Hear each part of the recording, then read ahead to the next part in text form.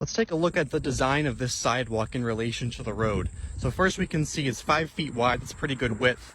It's detached from the road. It's also vertically separated from the road by a curb over there.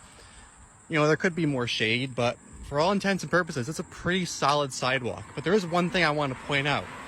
Notice where the guide rail is. It's behind the sidewalk. And the purpose of a guide rail is to deflect vehicles that may leave the roadway back into the roadway.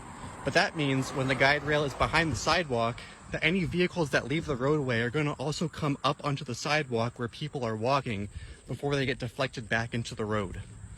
And so you might think, why not just install the guide rail in this grass strip between the road and the sidewalk, protect the pedestrians, and still provide the benefit of allowing the guide rail to deflect vehicles back into the road.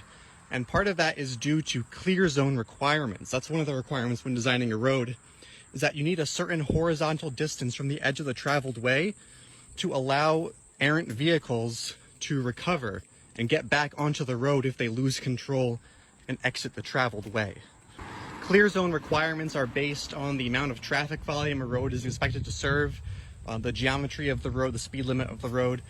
I don't know how this road was designed, but I'm willing to bet that a certain clear zone requirement made sure that the guide rail is put behind the sidewalk, because guide rail itself is considered a fixed object that we don't want cars to hit, you know, even if they leave the road by a few feet. And so unfortunately, things like shoulders, but also bike lanes and sidewalks can be considered part of the clear zone.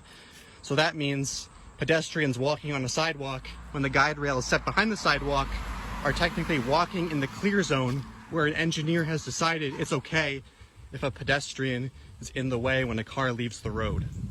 This is just one of the many ways that our roadway design guides are very auto-centric in nature and really put pedestrians and bikes way down on the list of safety priorities.